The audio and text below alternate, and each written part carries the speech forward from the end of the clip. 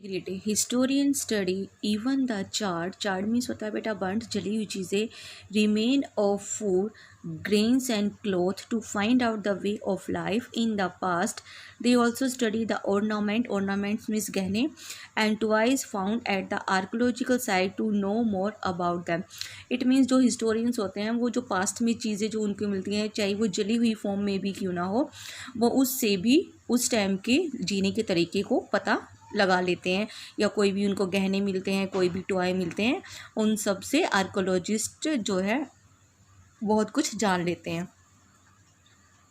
Inscription and edicts. The written records engraved means to cut words or design on metal, stone, etc. It means किसी भी hard surface पे अगर आप खुरच कर कोई चीज़ लिखते हैं that is engrave on coins pillars means खम्बे वॉल ऑफ टेम्पल्स मंदिर की दीवारें केव्स गुफाएं फॉरेस्ट फोर्ट किले पैलेसेस महल एंड ऑन कॉपर और clay tablet are called inscription. What are inscription? It means जो भी रिटर्न रिकॉर्ड है किन के ऊपर क्वाइंस के ऊपर पिलर्स के ऊपर टेम्पल्स की वॉल पर केव्स पर फोर्ट्स पैलेसेस और जो कॉपर और जो क्ले की जो टैबलेट्स हैं उनके ऊपर जो भी चीज़ें लिखी हुई हैं क्योंकि ये सभी चीज़ें क्या हैं ये हार्ड सरफेस है सॉफ्ट नहीं है तो हार्ड सरफेस पे जो भी चीज़ें आपकी लिखी हुई हैं वर्ड्स को कट करके डिज़ाइन बना के all these things are called inscription. इनको ही हम इंस्क्रिप्शन कहते हैं। They not only tell us the name of the king but also make us aware about their empire the extent of their era and wars fought by them, their message of peace and their administration. अब देखिए inscription से हमें क्या क्या चीज़ें पता चलती हैं। इंस्क्रिप्शन से हमें राजा के नाम ही नहीं पता चलते बल्कि उनके एम्पायर के बारे में भी हमें पूरी जानकारी मिलती है। अवेयर मीन्स होता है बेटा जानकारी, एक्सटेंट ऑफ इरा उनका जो युग था उनका जो टाइम पीरियड था रूलिंग का वो कहाँ तक फैला हुआ था और वॉर्स लड़ाइयाँ उन्होंने कौन कौन सी लड़ाइयाँ जीती या लड़ी, द मैसेज ऑफ पीस और वो क्या मैसेज पब्लिक को देना चाहते हैं और उनका जो एडमिनिस्ट्रेशन है वो किस तरह का था। ये सभी चीज़ें बेटा जो रूलर्स थे वो अपने इंस्क्रिप्शन और एडिट्स में लिखते थे। तो ये ऐसे हमें बहुत सारे इंस्क्रिप्शन और जो एडिट्स हैं वो मिले हैं। देखिए inscription on one of the Ashokan pillar जो हमारे महान रूलर हुए अशोका उनका एक पिलर है उनका एक खंबा है उसके ऊपर ये इंस्क्रिप्शन लिखे हुए हैं और जो इंस्क्रिप्शन है ये ब्राह्मी स्क्रिप्ट में लिखे हुए हैं। जैसे हिंदी की स्क्रिप्ट देवनागरी है वैसे ही उस टाइम की जो स्क्रिप्ट थी वो ब्राह्मी थी। ग्राउंड ब्रेकर जेम्स प्रिंसेप ये एक हिस्टोरियन का नाम है James Prinsep and officer of the Kolkata mint क्या होता है? Mint means the place where money in the coin और नोट्स की फॉर्म में जो गवर्नमेंट के थ्रू इशू की जाती है या बनाई जाती है that area is called mint या आप बोलते हैं टक्साल भी बोलते हैं हिंदी में इसको। And secretary of the Asiatic Society of Bengal was the first to interpret means होता है to explain understand the meaning of something किसी चीज़ को अच्छी तरह समझाना that is called interpret the Brahmi script and was thus able to read the edicts of the Mauryan ruler Ashoka which were inscribed in that language. Inscribed means होता है to write और cut word on something. तो देखिए बेटा जो James Prinsep थे उन्होंने ही जो अशोकन पिलर के ऊपर जो ब्राह्मी स्क्रिप्ट के अंदर जो लिखा हुआ था उसको उन्होंने रीड किया था। वही फर्स्ट पर्सन थे जो कि इस ब्राह्मी लैंग्वेज को रीड कर पाए थे।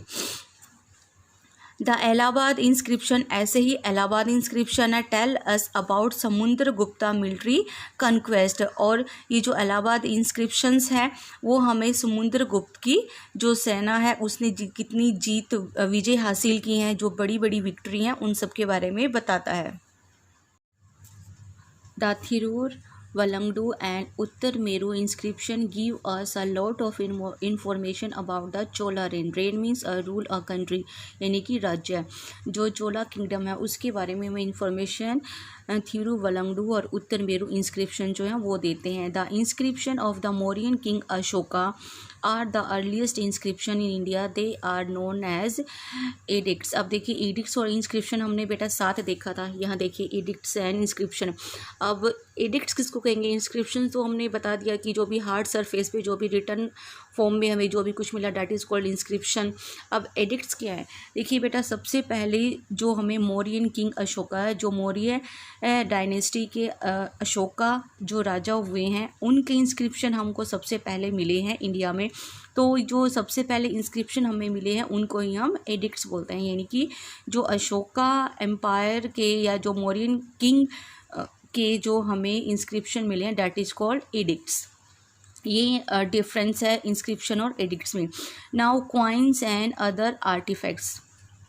Normally the coins were made of metal और द एलॉयज। एलॉयज मीन होता है बेटा मिक्सचर मेटल, यानी कि टू मेटल्स को मिक्स करके एक न्यू मेटल्स बनाना, जैसे कि टिन और कॉपर को मिक्स करके ब्रोंज बनाया जाता है। Available during that period, the coin indicates the level of scientific advancement during that era. They help us to learn about the rulers in a particular dynasty and ascertain their reign. They also provide clues about the economic condition of the country. अभी देखिए जो coins है वो हमें बहुत सारी information देते हैं, और coins जो एक metal से भी और two metals को mix करके भी बनाते हैं। Alloys means a metal made by mixing, यानी कि टू मेटल्स को मिक्स करके एक metal banana. Available during that period the coin indicate. जो क्वाइंस है, इंडिकेट मीन्स होता है टू टेल, बताना, बताते हैं कि उस टाइम का जो उस युग का जो साइंटिफिक लेवल था वो बहुत ही एडवांस था, यानी कि बहुत ही प्रोग्रेसिव था। They help us to learn about the ruler in a particular dynasty. और जो ये कॉइन्स होते हैं, उन कॉइन्स के ऊपर एक पर्टिकुलर जिस भी डायनेस्टी ने उनको पब्लिश किया होता है, उस डायनेस्टी का नेम, उस राजा का नाम, सब कुछ मेंशन होता है। और सर्टेन देयर रेन, और मीन्स और सर्टेन मीन्स होता है to find something out. Reign means राजा, यानी कि जिस रूलर ने वो क्वाइंस इशू करवाए होते हैं, उस राजा के बारे में हमें, उसके राज्य के बारे में बहुत सारी इन्फॉर्मेशन मिलती है क्वाइंस के through. They also provide clues about the economic condition of the country. और जो क्वाइंस थे वो किसी राजा की इकोनॉमिक कंडीशन को भी बताते हैं कि राजा कितना रिच था और कितना वेल्दी था, क्योंकि बहुत सारे रूलर्स थे, उन्होंने गोल्ड के कॉइन चलाए, कि इन्होंने सिल्वर के चलवाए, कि इन्होंने कॉपर के कॉइन चलवाए, तो उनसे हमें किसी रूलर की इकोनॉमिक कंडीशन का पता चलता है। तो हम स्टडी कर चुके हैं what are artifacts. Articles, articles means होते हैं things, objects. Articles such as tools, weapons, pottery, pottery means जो मिट्टी से बनी हुई चीज़ें हैं। स्कल्पचर्स, स्कल्पचर्स होती हैं मूर्तियाँ। Toys, coins and jewellery made and used by man are called artifacts, यानी कि वो चीज़ें जो कि मैन के द्वारा यूज़ होती थी एंशियंट टाइम में, all these things are called artifact, जैसे कि tools, weapons, poetry, sculptures, toys, coins, jewellery, यानी कि ये जो था कॉमन पीपल यूज़ करता था, तो दैट थिंग्स और objects are called artifacts. By studying the remains of artifacts, historians can draw conclusion about the skills mastered by man and about his way of life. तो जितने भी artefacts हैं, इन सब की स्टडी से जो हिस्टोरियंस है वो एक कंक्लूजन निकालता है कि जो अर्लियर मैन था या जो एंशियंट मैन था वो कितना स्किलफुल था, उसके पास कितनी एबिलिटी थी, और इसी से वो उसकी लाइफ जीने के तरीके को स्टडी करता है। The study of coin is known as numismatic, यानी कि जो क्वाइंस की स्टडी करते हैं उस स्टडी को हम कहते हैं numismatic.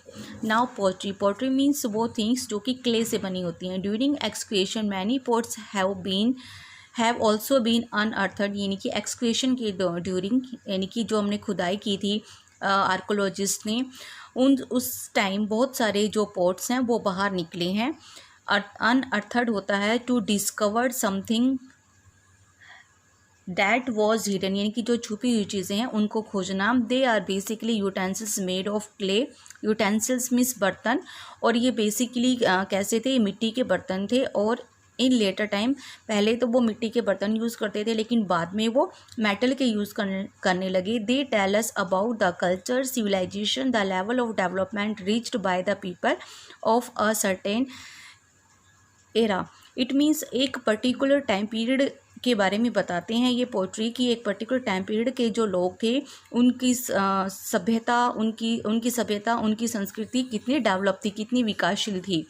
Building and monuments, old buildings and ruins, ruins means होता है बेटा damage of historical importance which have survived the test of time are called monuments. यानी कि वो सभी ओल्ड बिल्डिंग्स जिनके अंदर हमारा इतिहास छुपा है, जिनके अंदर हमारी हिस्ट्री छुपी है, जो बिल्डिंग्स हमें हमारे हिस्ट्री के बारे में इंफॉर्मेशन देती है, all these buildings are called monuments.